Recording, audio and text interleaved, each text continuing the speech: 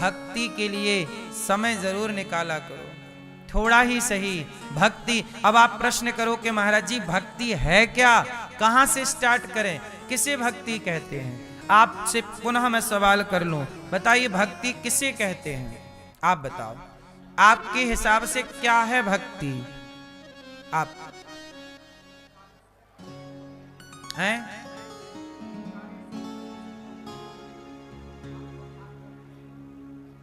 कोई काम शुरू करने से पहले याद, फिर शुरू हो जाए फिर याद करने की जरूरत नहीं है, ठीक है? भक्ति क्या है आपके हिसाब से? परिभाषित करो भक्ति को।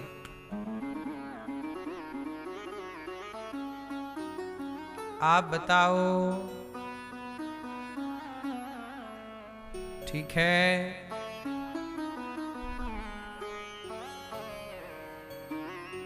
अपने काम को भगवान के हवाले कर दो, भक्ति ठीक है। आप बताओ, हमेशा भगवान को चित्त में बसाओ। आप बताओ मैया, भक्ति क्या है? भक्ति की परिभाषा है? सुनो, आप सबने सही कहा। पीली मैया क्या कह रही हैं? बैठो बैठो, खड़े ना हो मेरी माँ। प्रेम, प्रेम, सेवा, समर्पण, 3 गिना दिए मैया ने। कुछ तो लगेगा, डंडा मारू कहीं तो लगेगा।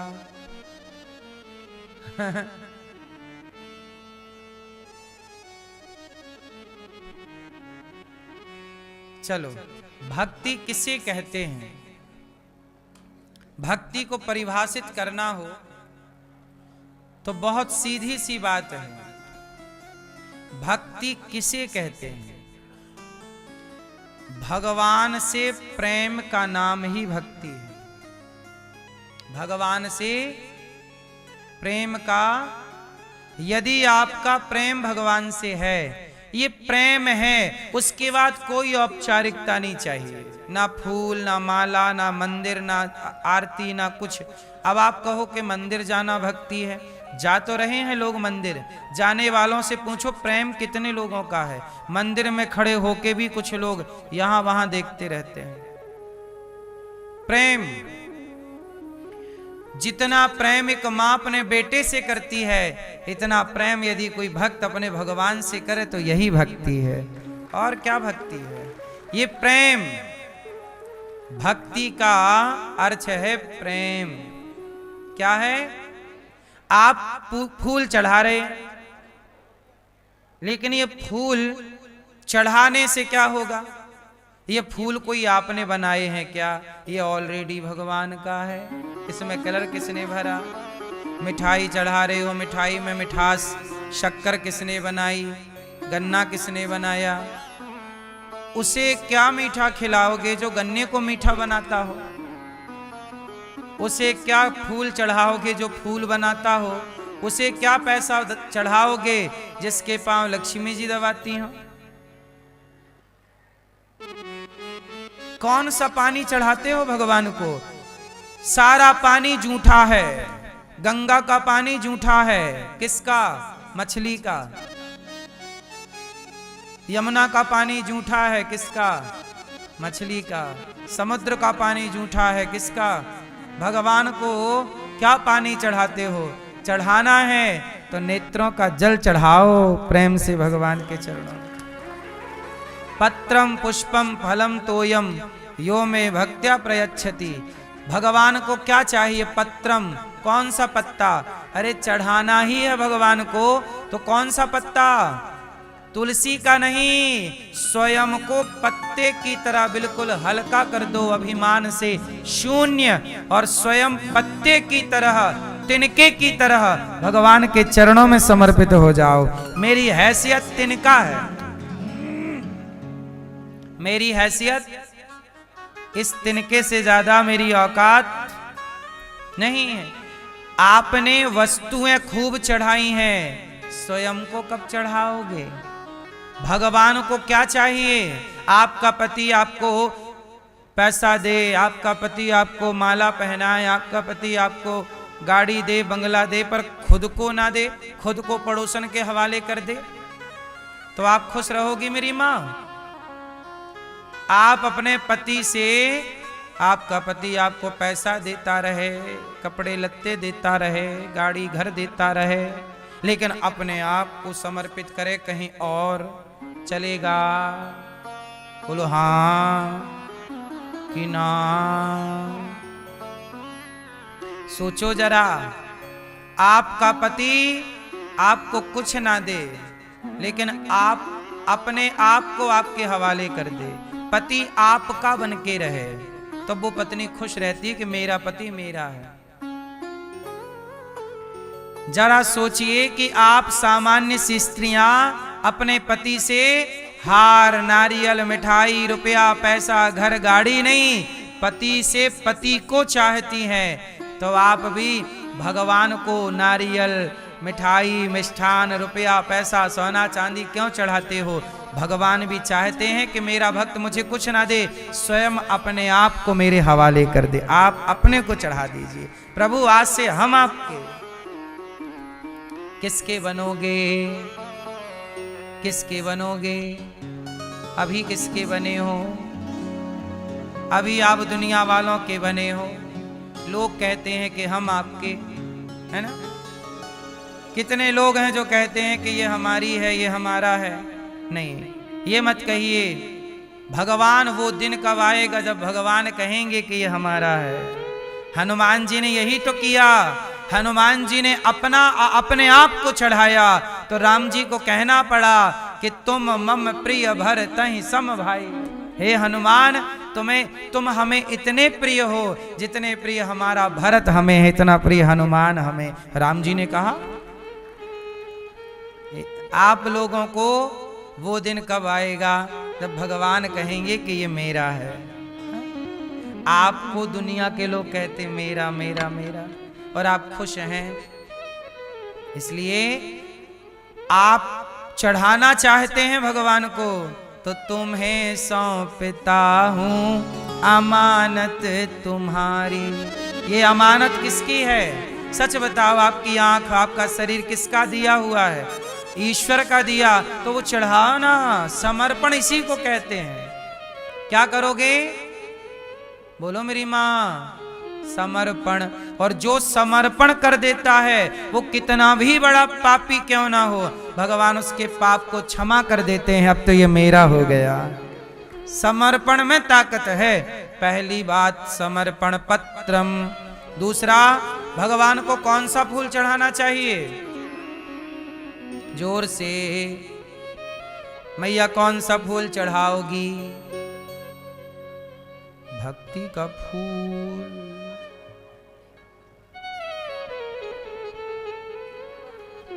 समर्पण की बात हमने कर दी, पत्रम में। पुष्पम की बात करो। फूल का एक नाम है सुमन। बोलो सुमन। सु मतलब सुंदर, मन मतलब अपने मन को सुंदर पुष्प की तरह बना के अपने मन को भगवान के चरणों में समर्पित कर देना। मन, तन भी, और पत्रम से तन, पुष्पम से मन। तन मन दोनों भगवान का। कौन सा? आप लोग ये वाला फूल चढ़ाते हो भगवान को, ये पुष्प चढ़ा दिए। ये पुष्प नहीं, सुमन चढ़ाओ। सुंदर मन, मन ही पुष्प है। मन के पुष्प को चढ़ाओ। हाँ, है ना? इसलिए मेरी मां, पत्रम पुष्पम।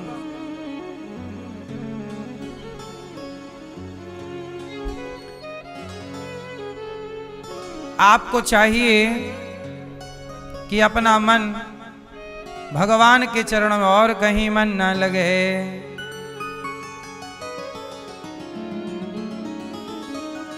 तीसरा, पत्रम पुष्पम फलम। फलम तोयम फल कौन सा भगवान को चढ़ाना चाहिए, जरा बताओ मेरी माँ।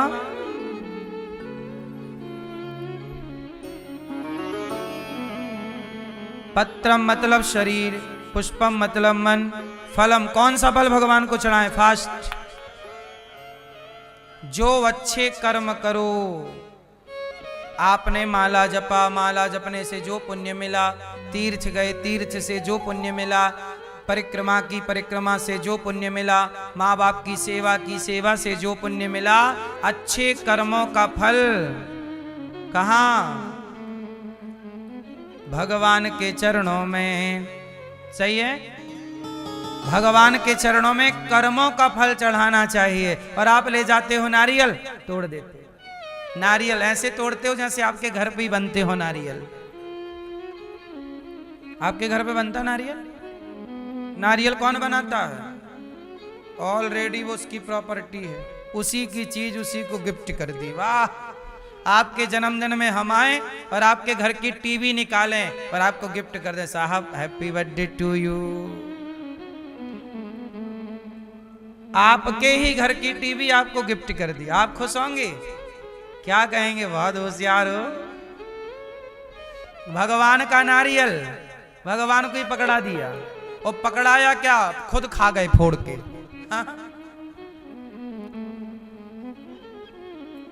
खुद खा गए और बोल रहे हैं कि भगवान अब नारियल चढ़ा दिया है, अब हमारा काम हो जाना चाहिए। ऐसे बात कर रहे हैं भगवान से जैसे भगवान इनके नौकर हों कि काम कर दो हमारा, नहीं करोगे तो कट्टी। पत्रम पुष्पम फलम तोयम, कौन सा जल चढ़ाना चाहिए भगवान को? कौन सा मेरी माँ? संसार का हर जल जूठा है, मछली का, इसलिए चढ़ाना है तो नेत्रों का जल। अच्छा एक बात बताओ, ये आंखों में पानी काहे निकलता है आंखों से? तो यहाँ कोई टंकी वंकी है क्या मैया? वहां से फिर ओवरलोड हो जाती है तो छलकता रहता है। चलो बताओ, ये पानी कहां से आता है आंखों का? है आंखों के अगल बगल कोई टंकी है क्या? है? सोचो, आंखों से पानी निकलता है। ये पानी नहीं है साहब, ये भीतर का भाव है। ये भीतर का जो भाव है, वह भाव कभी सुख बनकर कभी दुख बनकर निकलता है। कभी जब आप जगत के लिए रोते हैं, बेटे के लिए, परिवार के लिए, पैसे के लिए, तो वो आंसू कीचड़ हो जाता है। लेकिन जब वही आंसू भगवान की याद में रोते हो ना आप, तो वह आंसू एक एक आंसू मोती बनकर के ईश्वर के चरणों में चढ़ जाता है कि भक्त हमारे लिए रो रहा है। इसलिए मेरी माँ, कभी फुर्सत निकाल कर भगवान को याद कीजिएगा, और इतना याद कीजिएगा, इतना स्मरण कीजिएगा, भगवान से इतना प्रेम हो कि प्रेम में आंखों से अश्रुपात होने लग जाए। जब भगवान कृष्ण गोपियों को छोड़कर गए तो गोपियां भगवान की याद में बहुत रोई। क्या करती बेचारी, क्या करती? रो ही तो सकती हैं। छोटा सा बच्चा बिस्तर से गिर जाए जमीन पर, माँ अपने साथ सुलाती है बच्चे को, पर बच्चा बिस्तर से नीचे गिर जाता है कई बार, और गिर जाए तो बच्चा खुद से तो चढ़ नहीं सकता, छोटा है ना, 2-5 महीने का, अपने से बिस्तर पे चढ़ नहीं सकता। तो बच्चे के पास ले दे के केवल एक काम है, रोता है। क्या करता है? और जब रोता है तो उसकी माँ कहीं भी होगी, आकर के उसे हृदय से लगाती है। आपके पास क्या, आपके पास ज्ञान है बताइए? कितना आप पढ़े लिखे हो? कौन सी स्तुति करके ईश्वर को रिझाना चाहते हो? कौन सा ज्ञान है आपके पास? ज्ञान से मिलते भगवान तो रावण जैसे ज्ञानी को समझ में ना जाते। राम सामने खड़े थे, पर रावण जैसा ज्ञानी राम को पहचान ना पाया। जब रावण की समझ में राम नहीं आए तो आप कितना पढ़े हो? भगवान शिव की पत्नी माता सती, सती की समझ में राम नहीं आए, तुम कितना जानते हो। ब्रह्मा, ब्रह्मा कितने बड़े हैं, वे ब्रह्मा तो सृष्टि बनाते हैं, वो ब्रह्मा की समझ में कृष्ण नहीं आए, परीक्षा लेने आ गए थे, ग्वाल वाल चुरा के चले गए, भगवान के बछड़े चुरा करके ले गए। ब्रह्मा की समझ में जो नहीं आया, माता सती की समझ में नहीं आए। इंद्र, इंद्र तो देवताओं के राजा हैं, वो राजा इंद्र ने भगवान कृष्ण को डुबाने के लिए, ब्रजमंडल को डुबाने के लिए मूसलाधार पानी बरसाया, तब भगवान को गोवर्धन उठाना पड़ा। जरा सोच लो, इंद्र की समझ में जो नहीं आए, ब्रह्मा की समझ में जो नहीं आए, माता सती की समझ में जो नहीं आए, रावण की समझ में जो नहीं आए, वो हमारी और आपकी समझ में कितना आएंगे। जब कृपा करेंगे वो तो समझ पाओगे, नहीं कृपा करेंगे तो वो भगवान समझ में आए, इसकी गारंटी नहीं है। इसलिए भगवान को प्रेम से रो करके, छोटा बच्चा कुछ नहीं कर सकता, केवल रो सकता है। आप भी भगवान की याद में रो सकते हैं, समय निकालिए, भगवान से प्रेम कीजिए, चिंतन की। इसलिए भक्ति क्या है, काम करिए, बिजनेस करिए, व्यापार बिंदास करिए, पर कार्य करते हुए ये याद रखिए कि ये जगत हमारा नहीं है, जगन्नाथ हमारे। एक बात बताओ, काम वाली बाई आपके घर आती है काम करने, आपके बच्चे को नहलाती है, तेल मालिश करती है, सब कुछ करती है, आपके बच्चे को इतना बढ़िया सजाती संवारती है, ऐसा लगता है कि यही इसकी माँ है। जब आपके बेटे को वह तेल मालिश करती है तो क्या वह काम वाली बाई ये सोचती है कि ये बच्चा मेरा है? उत्तर दो। वो ये जानती है कि ये बच्चा मेरा नहीं है, मेरा बच्चा तो घर पे है, मैं तो यहां काम कर रही हूं। आपके बेटे को नहलाएगी, धुलाएगी, दवाई देगी, सब करेगी, पर वो भीतर से ये मानेगी कि ये मेरा।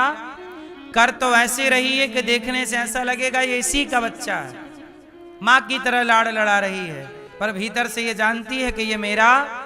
ऐसे संसार में रहो, अच्छे से रहो, बिंदास रहो, पर भीतर से ये जान लो कि आप यहाँ के नहीं हैं और ये लोग अपने नहीं हैं। अपने तो भगवान, मेरे तो गिरधर गोपाल, दूसरों ना कोई। रहो यहाँ, व्यवहार यहाँ के लोगों से करो, पर भीतर से ये जान लो कि ये मेरे भगवान अपने हैं। भगवान से बढ़कर अपना संसार के हर रिश्ते को निभाना है, ईमानदारी से निभाना है।